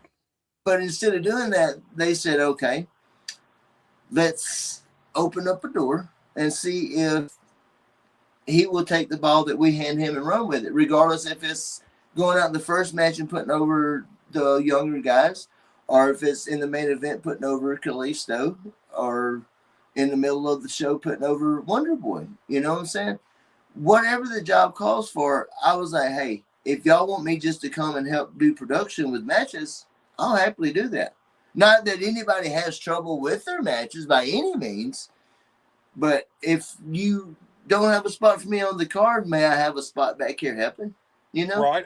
Agent some of the matches. Just help the guys out. Here's the thing. There's no substitute for the experience. These young guys, they're off the charts. They can do all the moves. They can run all the spots. A lot of times, mostly all I see is just maybe repositioning certain things and putting certain stuff where you get the maximum effect out of it when you do it sometimes. And you'd be a perfect guy for that, dude. That's what I preach big time. Like, obviously be trained. Like, don't come up in here with no bullshit training and hurting people. Be trained, first of all. But the biggest thing about wrestling, obviously, is be trained in psychology. But a lot of people get hurt because of transitioning. Right. Look at Zoe Stark. My biggest play to everybody. I was like, I always try to find something to point out, and I'm like, look at Zoe. Miscommunication and transitioning. Kyrie miscommunicated with timing, or Kyrie miscommunicated with the ref. Zoe miscommunicated with timing. It was like a fucking bomb went off and her knee exploded. Right. You got to be careful out there. I mean, we're in a live action movie every match. Like, every show, the fans get to see 7, 8, 9 live action movies. Yeah, I don't think people really take that into consideration. You talk about, I mean, here's the thing, and used to I wouldn't have said this, but like you just said it, pro wrestlers are real life stunt men doing it right there in real time. There ain't no second takes. There ain't none of this bullshit. We're right out in front of the crowd, and you got to do it, and you got to do it right then. And if you fuck it up, you just fucked it up. Everybody knows it, man. And they will let you know it. They will let you know it. I was blessed enough in 2007. Damn, that's a long time ago now. Thinking about it, I got to work in the famous ECW arena, and I didn't eat shit, but somebody in the match did, and you can see me on the DVD. I'm just sitting over there cheesing because I was like, "Yep, this is a good old ECW crowd," and it was amazing. But I was like, he probably wants to go jump off the building now. So, but yeah, you gotta have thick skin in the wrestling business, man. Behind the scenes, especially, and in front of the fans. Look, let's talk FEW, man. I know you guys are taking a couple of months off for the summer heat, but talk to me about how you feel about FEW, man. You're the current heavyweight champion right now. Means everybody in FEW has their eyes on you, dude, in that title. Well, I mean, some may say, "Oh, well, he's the champion. The company shut down," but that's really not the case. Like you said, we were running shows, and it was like 112 to 115 degrees, man. And I honestly and truthfully, I asked somebody, I was like, "Are we getting prepared to?" Like when we all go to hell to have matches, you know what I'm saying? Like for Satan or something. I was like, I hope we don't go to hell, but I know we've done some stuff over our lives, but God's a good one. I hope and pray. But talking about FEW, like I'm not a part of the office. I'm not a part of the booking committee. Right. People go, well, your family owns the show. Listen, people. If your family owns a business, do you go there and eat for free? If you do, you're a crappy family member for not paying. I stay in my lane. This is my lane. I stay in my lane. I do what I'm told. Unless I'm told, hey, you're going to wrestle somebody like Prestigious P. We're going to put the title on him. I don't know. He's back in here, man. Anybody in wrestling that ever has that mindset should probably take anything they own wrestling and burn it. Prestigious P, he's back in here, man. He says, "Oh, brother, this guy's still running his mouth. Jeez, I bet if he put this much effort into not looking like an Amish person mixed with a caveman who bangs rocks together and freaks out." That's how it ends. Well, here he comes. He said he would still be ugly and just a waste of time. I feel like you're going to have to get a hold of Prestigious P, man. It can be a double header for you. You can get a hold of him and Klein at the same time, man. Two birds, one stone.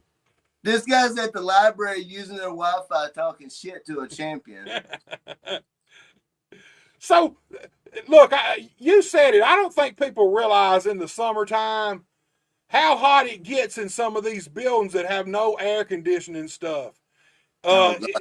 It's almost to the point. Here's the thing.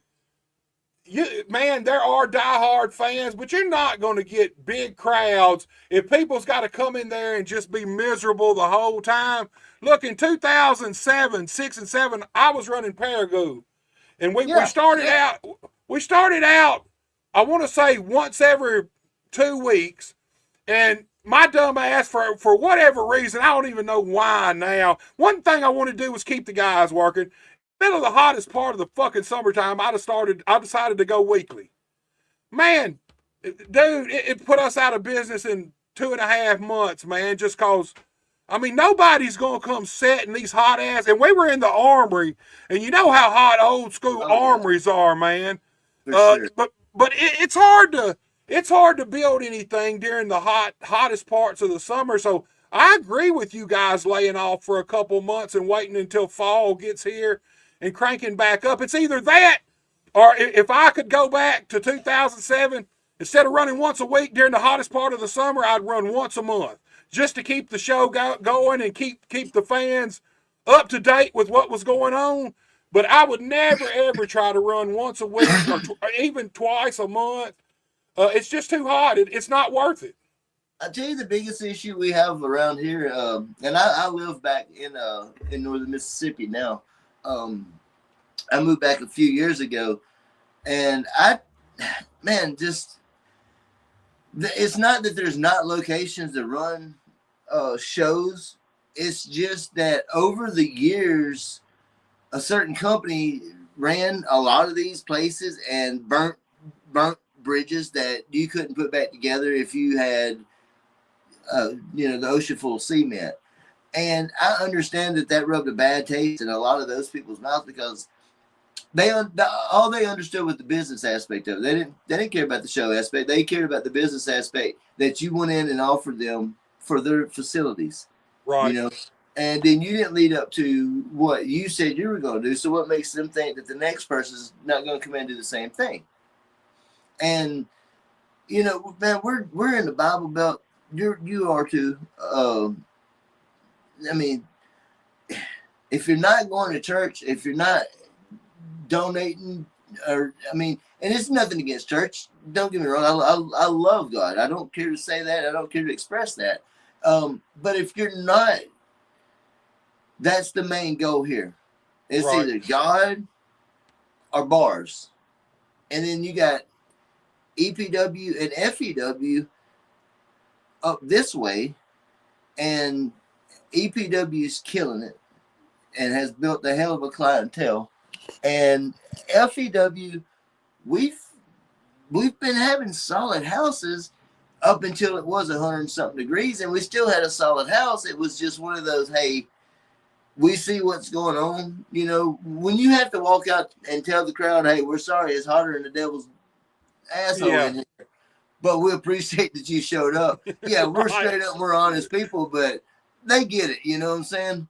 And then, you want your guys to be safe, man. You don't want your talent out there working. And, even when it's 75, 80 degrees in the building, we're still at 100, 110 degrees, right. body heat in that ring. So, and, we got through it. And then there were solid shows, solid matches. I'd tell everybody, look, hey, obviously I went out and did my thing too, but I'd tell people, hey, y'all did more than I planned on doing, but I'd go out and, not be lazy, obviously, but when you see it, when you're sitting back there sweating like you are when you get in the ring, it's like, and they had fans. We had fans and everything like that. It was nice and comfortable, but it's not comfortable at 100-something degrees, Right, and here's the thing.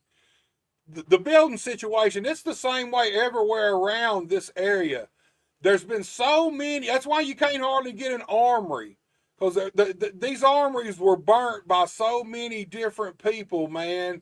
Either they got ripped off some of their money, or the companies didn't take care of the facilities, man. And that's really the biggest aspect, is when the companies don't take care of the facilities. They go in there, trash the facility, don't clean it up afterwards.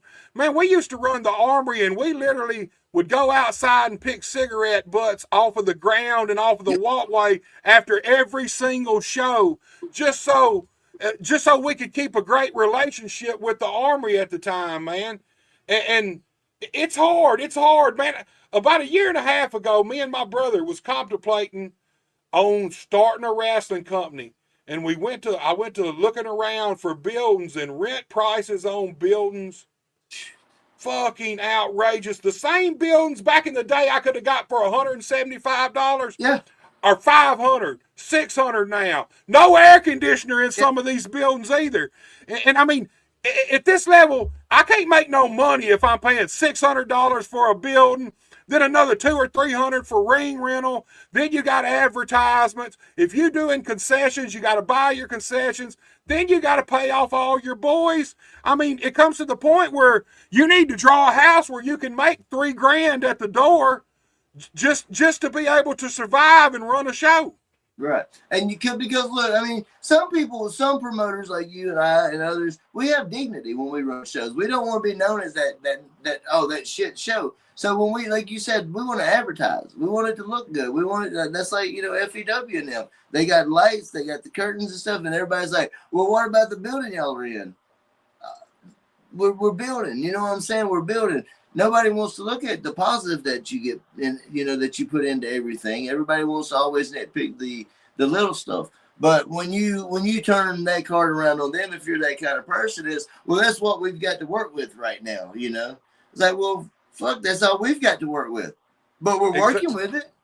Exactly.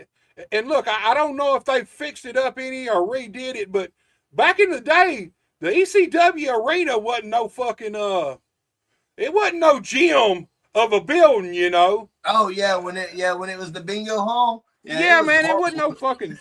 Yeah, it was horrible. It's mythical now, Yeah. but I mean, it was just like any other fucking raggedy ass building anywhere in the country, you know. Yeah, it was they actually had it fixed up really nice when we went up there. The mural, the wall mural is the real cool one that's painted and everything. It's actually in the men's bathroom. Let me ask you this, man. FEW got a stacked roster at FEW too. A lot of crossovers from EPW. Talent from other places too working FEW. When you guys start back up, who do you feel like that are your top challengers to come at you for that FEW heavyweight title, man?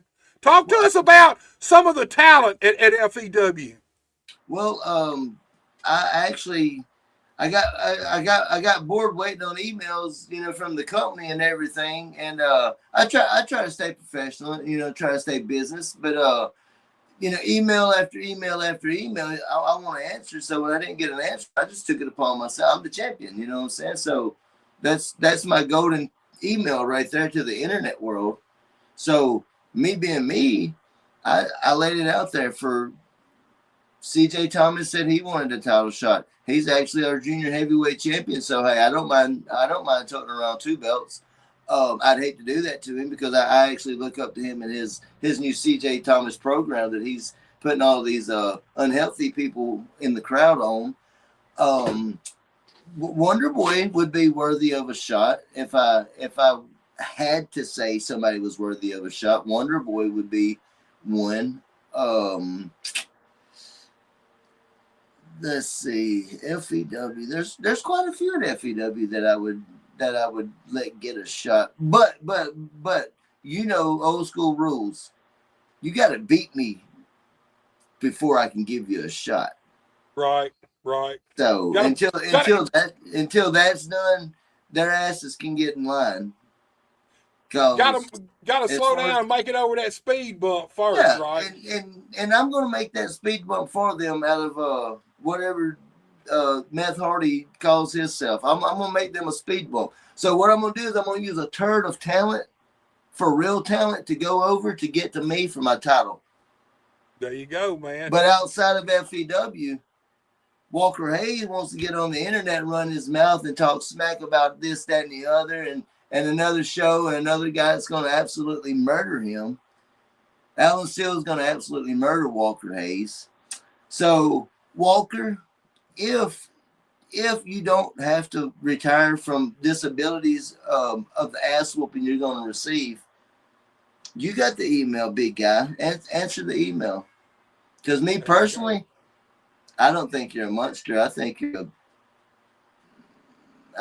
think you're a monster. There we go. We booking matches right now. So look, we're finna get a little personal, Chris. How old are you, man? I'm 39-year-old, Buster. So let me ask you this, man. You recently made a comeback. In all reality, how long do you see yourself doing this, man? How long do you see yourself in the ring actually competing? I would say until my title reign's over, but that's going to be a long, long time from now. And I'm not trying to rip off anybody's gimmick of saying I'm going to retire champion or nothing like that. But probably going home with Daddy whenever I'm done. So that's a bold statement 40, right so there. I'm only 40, so maybe 5, maybe 10 years. God's been good to me. My health's I'm a little hefty right now, but I've been actually working out and getting back toned up and stuff because, like I said, I'm being invested in, so I want to invest back to them. So I want to look my best, be my best. I got new gear. I've been rocking all that. You know what I'm saying, man? I want to be the best at what I'm doing when I get to do it. People ask me all the time, why are you only booked on FEW and EPW? Because y'all are P-wise, and when I tell you, hey, this is what's up, y'all, and I don't be trying to big league people. I'm not big league. I just lay it out there.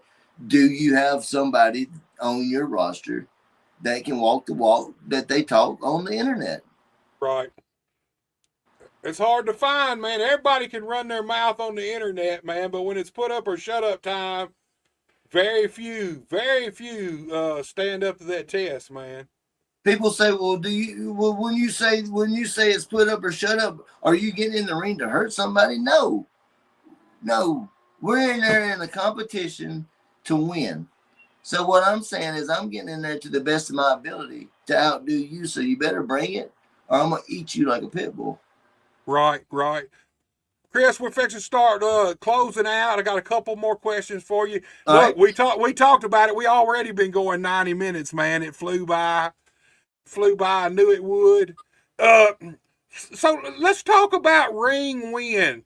When you made this comeback, because early on, Hunter had a comment and he says your first 2 matches back were 30 minutes each. Talk to me about how your cardio was them first couple of matches, man, compared to when you stopped wrestling. Because that's the big thing. Here's the thing: you can be all muscled up, you can be all that shit, but if you can't breathe in the wrestling ring, them muscles mean absolutely nothing, man. Oh yeah, you gas out your asses whooped. Wrestling, Right. MMA, boxing, kickboxing. You gas out your asses whooped. Plain and simple. And deserves to be. If you gas out and you're an athlete, you deserve to be. I've actually been very blessed when it comes to my cardio. Cardio is something I've always been big on and worked on because like I said earlier, man, I'm no stranger to the addiction life in the past, and I knew that one day that would catch up with me regardless of how healthy and in shape I was. So cardio has always been one thing that I've always worked on. The whole time that I was off, I didn't exercise or nothing, but I did cardio. Cardio, because I hoped that somebody would see the change that I was trying to make in life in general and be like, hey man, we want you to be a part of the show. Wrestling wise, it didn't matter. Just, hey, be a part of the show. But I knew that I was fat from eating all the damn ice cream that I was eating because I lived off ice cream. I knew in my heart that I had a match left in me, at least one after I retired, because my neck felt great. But I was cool with the retirement match that I had. Right. So when it comes to gassing out and being out of breath and stuff like that, I don't have the greatest gas tank. My gas tank can always be better. I've always felt that way. It didn't matter if I wrestled an hour and walked in the back and smoked a cigarette, which I don't smoke, but you get what I'm saying. I've been very blessed with a gas tank when it comes to in-ring work. I'm not saying I don't get blowed up. I'm not saying I hadn't been blowed up, but you better have your damn shoes tied if we're gonna blow me up. Not saying I'm better than anybody, but I will sit and do blow up drills all day long with you. So, and pacing too, man. The more experience you have, the more you learn how to pace yourself so you don't blow up. That's a big thing too, man. In a pro wrestling match, I don't think people realize, man, when you're up and down, bumping, you're back up. I mean, fuck, man. Honestly, they don't realize it, but 2 minutes is a long time in a wrestling ring if you're steady moving. It's a long time. So you asked Tucker about the first 2 matches. We went 30 minutes. He's right. And then our tag match, we were in there, and I'm not gonna lie, I started getting a little juiced right then. It'd been a tough week, health wise, but I still showed up, and we went for a fucking standing Spanish fly in the middle of the ring, and I landed directly on my head. I don't know if I forgot the front flip or if my fat ass just didn't get over. I landed on my head, and when I landed, I told Hunter in the ring, that won't happen again, I promise. And I have made it a goal to get healthy. So I was like you said, I can go all day long if you want me to. But when I landed on my head because my fat ass couldn't get over, I was like, time out. I don't want to put you in danger or me in danger. Well, let me ask you this. since you come back from your injury, has your in-ring work style changed? Because here's the thing. When I was young, I was go, go, go, go, go, man. And I hyperextended one of my legs. When I say it was fucking bad, I should have went and got surgery on it, had it worked on, didn't have insurance, never did. But for 6 months, from my ass cheek down to my ankle, my whole leg it wasn't even black. It was more of a purplish blue. But what it did, it slowed me down because I still had to work for 6 months with that injury. Night in, night out. So it was really a blessing in disguise for me because I had to learn how to work a little different than I had up until that point. So since coming back from the injury, has your style changed? Do you work any different than you used to? I'm a little more careful on certain moves. I don't want to say I won't take them, but I won't take certain moves from certain people, from smaller individuals that I normally would have back in the day. And I say that I'll take just about any damn thing, and I will try to compensate for anything that I might feel a little afraid of. And it's not because I doubt them, but if you drop me on my head, it's gonna be bad. Probably gonna break my neck. But you know what I'm saying? I keep stuttering on that situation because I don't know if they're watching or not, but my nephews would be on here hounding my ass because I say, yeah, I've watered down a little bit, but they say I haven't watered down my in-ring. I've watered down what needed to be watered down, if that makes sense. I've told people, hey, I don't feel comfortable doing this. Get the boomity, boomity, boomity, boom. And I'm like, hey, hit me with the shit that you were talking about. You know, adrenaline does a whole different ball game for everybody. You know, it makes you stronger, it makes you faster, it makes you tougher, you know. So you get in a match and you think, oh, hey, let's do that cool ass bump he was talking about. It may not be as, you know, painful right now. I mean, I don't know if you saw the cage match that we had. I'm sure you did because you supported. Yeah, I seen it. I fucking superplexed Hunter on the top rope, man. Right.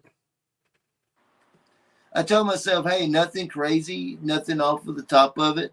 Just go out and do what the story calls for and, you know, get over the match and just incredible being the ref and be safe. And fuck, safe went out the door, man. We were just like, protect each other, you know. And people's like, well, ain't being safe protected? I'm like, there's a whole different ball game. Protecting each other's knowing this is gonna hurt like hell, and it safely hurts, you know. Right. Hitting somebody in safe places real hard, man. You know. Yeah, for sure. You know, I was told not too long ago, if you hit me with that chair like a PY, I'm gonna hit you with the chair, and you're not gonna remember it. So I made sure when I used the chair, they looked at me and was like, "Good job." Well, I can honestly say I've never had no one tell me that when I swung a chair at all. That's for sure. Never. Even being smaller, nobody's ever said, hey, man, you didn't hit me hard enough. Never, man, never. I was always taught, make it look good, man. Hit somebody hard in safe places, make it look good, lay it in, especially if you're right out in front of the fans. Lay that shit in. You're not going to, if you hit a guy correctly on the back with a folding metal chair, it's going to sting like hell, but you're not going to injure somebody 99% of the time.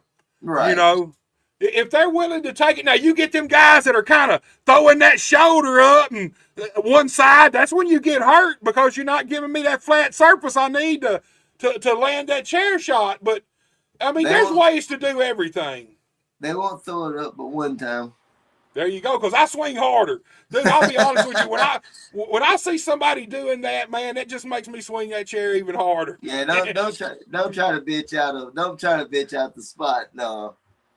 So look, man, we're gonna wrap it up. This is the last question for you. You believe you got 10 more years. So your bucket list of guys you want to work with. You don't have to name them all, but give me the top 2 or 3 or 4 that you want to work with before you're done, period.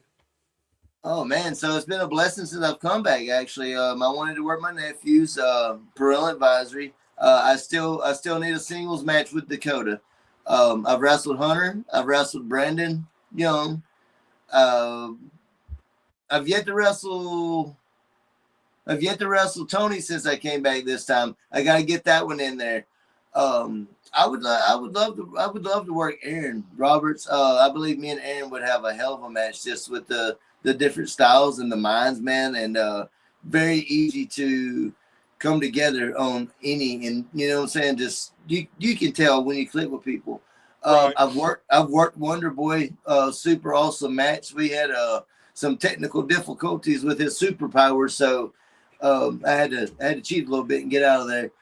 I mean, I had to pin him real quick and get out of there. But Eli Knox, I know we're rocking the same side and everything, but when you're a champion, there's no teammates or nothing except for me and Andrew Bates. So I'd like to tie up with Eli. Got quite a few. I would like to tie up with Trace Hunt in a singles match. I've worked Jason before in a prior company. I would love to lock up with Trace, Marco, even Dorian. He's 4 foot taller than I am, but I would love to work Dorian. No, Jamie, I'm not getting your comments. That's the first one I've got, dude. Jamie J. You're going to have to comment on here, and you better hurry up, man, because we ain't got long left, dude. Jamie's done some shit in his career, too, man. He's a hell of a talent. Hey, you've been the rookie sensation for what, 10 years straight, man? That's it, man. Jamie make you work hard in the South. Right. I would like to work Austin Lane again before either one of us get too old. I've always loved working Austin. A lot of the Memphis wrestling talent, they're loaded up there too, you know. Yeah, they are. They got a murderer's row of young talent too. Yeah, I would love to work Bosby. Tim Bosby would be fun to work. I've worked Simon. I would like to work Psycho Simon.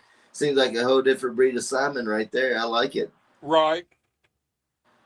And if I don't mention y'all, I promise there's no heat. There's so many people, man. And it's just, everybody's got such a good attitude about them nowadays that makes you want to work with them. Well, let me ask you this, man, before we get out of here. There's the one that popped in my head because you mentioned Tony. Tony was gone from the business for a while. You were gone. What happened? Why, how both of y'all make this fucking comeback pretty much at the same time, man? Is that something y'all worked out? Y'all discussed that? Or did it just happen that way, man?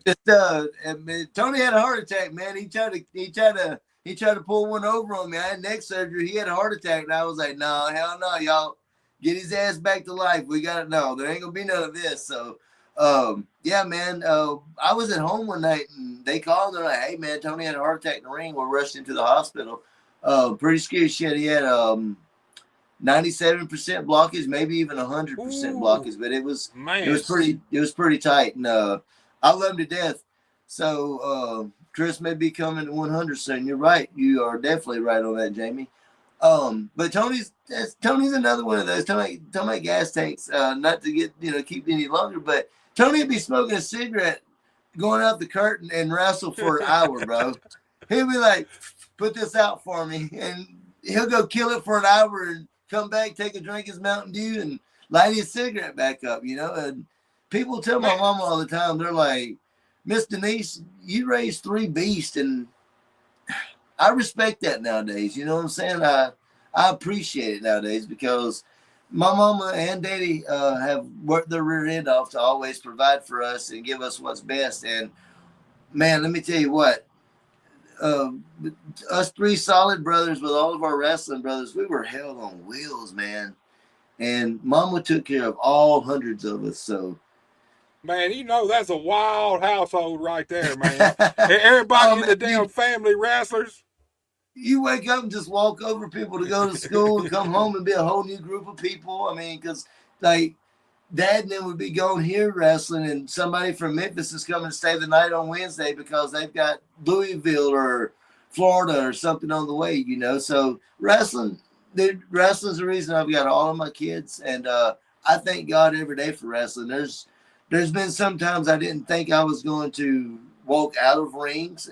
There's sometimes I didn't think I was going to walk out of dressing rooms, but I've been blessed. And before we wrap it up, I do want to say that if there's anybody out there that has heat with me, you can kiss my ass. I'm the FEW champion, and you know where to find me. Fuck all y'all. Exactly. He said it. Fuck all y'all, man. Every one of you. Chris, dude, I'm glad we finally got to do this, man. I'd been looking forward to this one since the day we booked it, man. You a guy. I got to get Tony on sometime, man. You got to, man. I got to get Tony on. I'll be honest with you, man. Look, I've always loved Tony, his work and stuff, but I feel like, man, right now, Tony's at a whole different level maybe than I've ever seen him before. I don't know what it is. I guess it's just maybe it's the heart attack, maybe click something in his brain or something. But, man, the dude, for me, he's better than he's ever been right now. The gift of life, Buster. The gift of life, brother. It makes you, here's the thing, when we're young, we're all invincible until you get hurt or something happens. But it makes you appreciate what you're getting to do, and maybe that's exactly, you hit it on the head. Maybe that's what I see in you guys, is that I see a difference than the young you guys and the older you guys now. There's just something different, and for me, it works, man. I love it, dude. I love seeing you guys like you are. Jamie J's back with us before we get off of here. He said, I know you guys are about to get off, but love you guys. September 6th, cheap plug.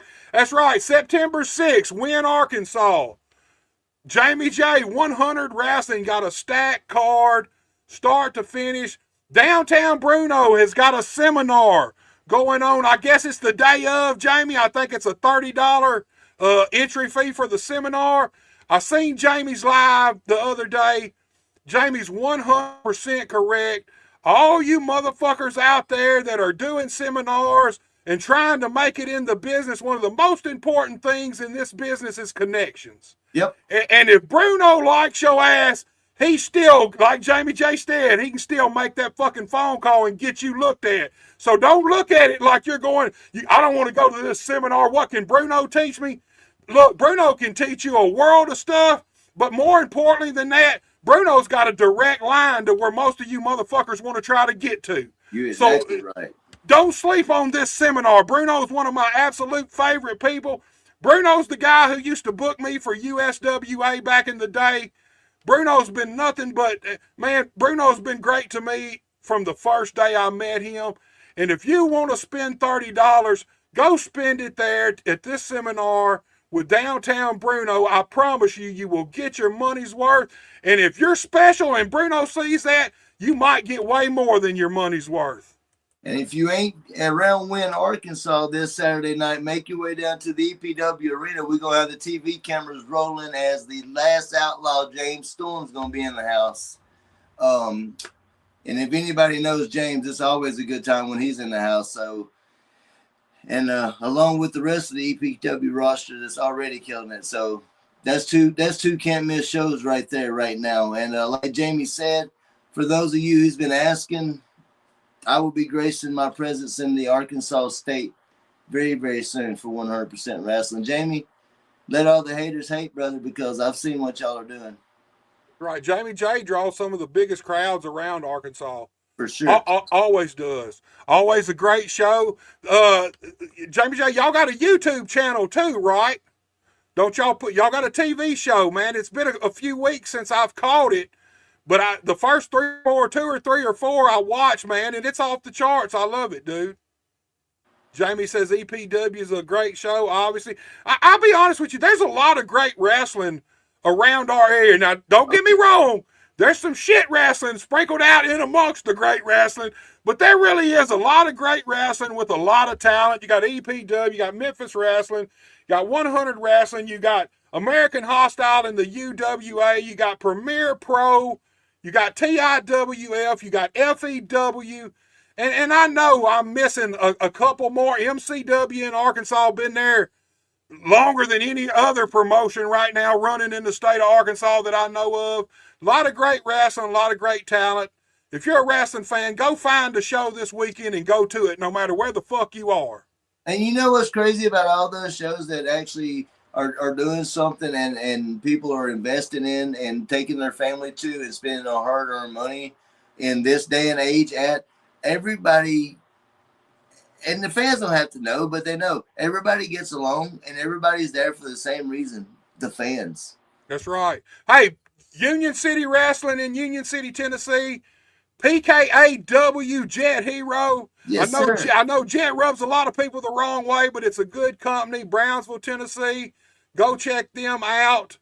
And I know I'm missing APW, Ricky Kennedy's company. Go pay to get into PKAW. You can talk all the smack you want to Jet then. There you go. APW, Mariana, Arkansas, Ricky Kennedy, another great promotion. There's a ton of great wrestling out there, guys. Go check it out. Chris, thank you so much for coming on, man. I knew this was going to be a blast. We knocked out the better part of 2 hours, my friend. Hey, thank you for having me. All you wrestlers that have commented on here that's not my boys, I got an open door policy. Have your people get a hold of my people, and we'll see if you're worthy of a title shot. Keep your eyes open for FEW coming in hot. There you go. Tell Tony I want him on this podcast, man. You got it, brother. Tell him if he's up for coming on, just tell him send me a message and we'll set up a date. I sure will, brother. I'll take care of that for you. All right, Chris, you take it easy, my friend. Hey, thank y'all. Y'all have a blessed night, Buster.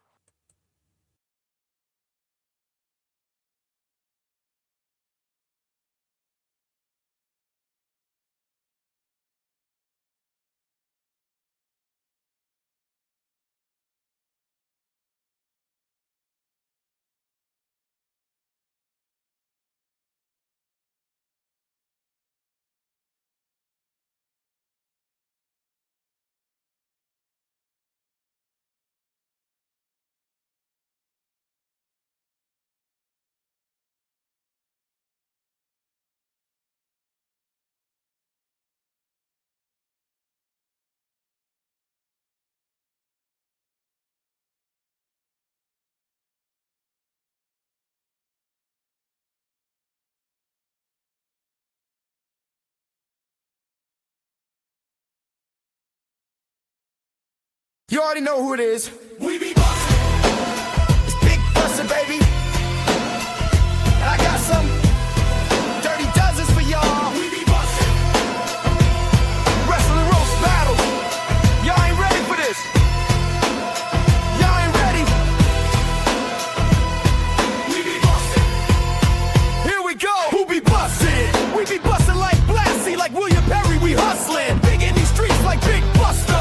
You a sucker like Lou Brother, who trusted? We be bustin'. Lick off shots, shouldn't get clocked. Knick knack, patty whack, give a dog a bone. Dirty dozens with my bros. Step into the zone, wrestling roast battle, leave that alone. We be bustin'. We be bustin'. We be bustin'. We be bustin'. We be bustin'.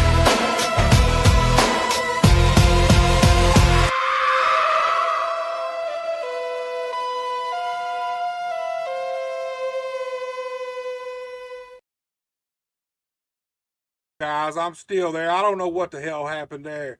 All right, guys, I appreciate everybody. I will be back Saturday night. Originally, it was Friday. I've got DJ Brown, the last hot stepper. DJ's out here doing it big. We were supposed to do it Friday night, and I can't say too much, but DJ got a phone call that he could not turn down or pass up.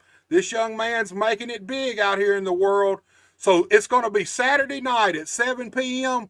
I'll have DJ Brown on here, and then starting Monday, all next week, every night, I'm going to have one of the Dirty Dozens competitors on, and we're going to discuss the Dirty Dozens upcoming event, why these guys entered it, and how they think they're going to do, and what they think of their competition.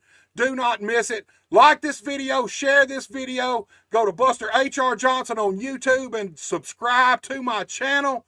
Guys, I'll see you Saturday, 7 p.m. I don't ever slow up, no I don't take shit. I got no love for the fakeness. If you wanna play tough and wanna hate this, I'll always show up. I don't ever slow up, no I don't take shit. I got no love for the fakeness. If you wanna play tough and wanna hate this, I'll always show up and make a statement. I don't ever slow up, no I don't take shit. I got no love for the fakeness.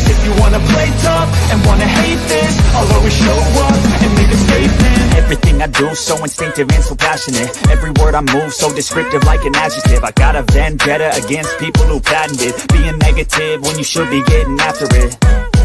I got facts over tracks, this and that, spitting slow, spitting fast. I could roast, I could gas, think I'm okay at last, but I don't know if that can erase all the past. And the pettiness, a reflection of the emptiness. Hilarious, you think you're worth my time, you're delirious. Mysterious, because you are behind a fake exterior. Inferior, you know I'll always be a bit superior. Get off of me, this ain't no humble brag. I want you to hear words, you can say them back. I want you to feel free from the chains at last, and to believe in what you got, it was built to last, yeah. Now that I've been put through hell, I never got anyone's help. I had to do it all myself. I don't ever slow up, no I don't take shit. I've got no love for the fakeness. If you wanna play tough and wanna hate this, I'll always show up and make a statement. I don't ever slow up, no I don't take shit. I've got no love for the fakeness. If you wanna play tough and wanna hate this, I'll always show up and make a statement.